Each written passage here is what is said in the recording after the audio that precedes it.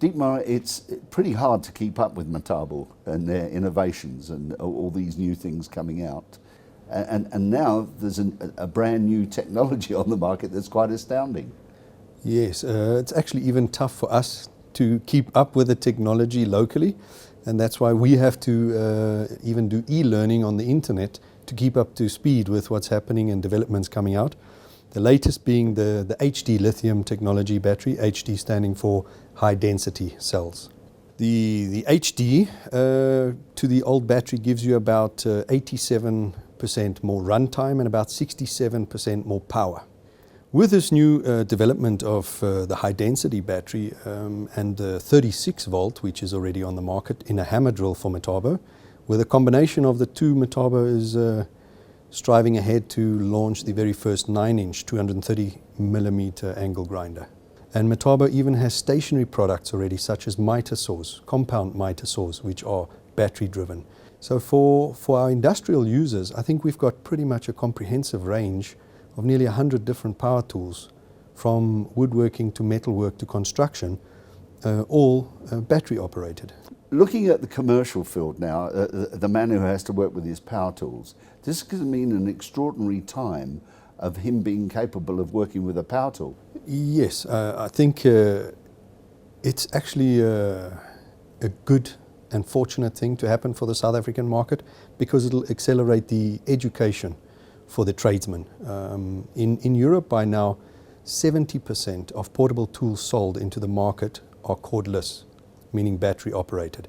However, the South African market is a little bit behind on that. I think the market was ruined by the cheap import, and people have the perception that a cordless powered tool is a bit of a toy. The people looking to cordless technology now are the industrial users, because your blackouts are a substantial time. We're talking hours, not minutes. So you need a tool that can operate for minimum 4 hours.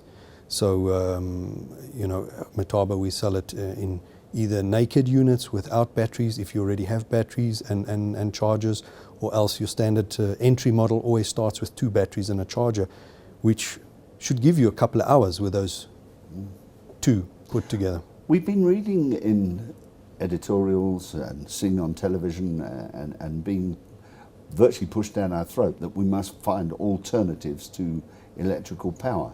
This, of course, is a major alternative. Definitely.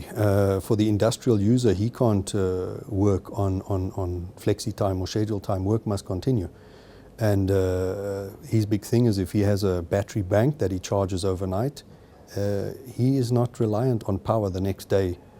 He's got from illumination to heated jackets if he's cold, all the way down to operational tools from Metabo. One of the most annoying factors of new innovations and technology coming forth, just as you buy the new one, there's another new one coming out.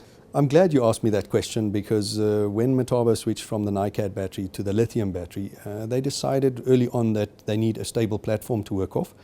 So if you bought the entry original model 2.6 amp hour 18 volt battery, the machine is exactly the same, and the technology, the brains, sits in this battery.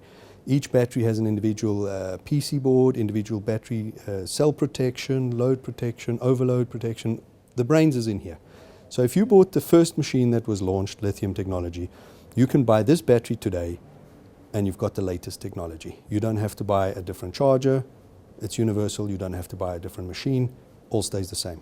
You buy the brains in the battery cell. Let's talk about, very briefly, without you giving away secrets, are there more innovations to come from Metabo?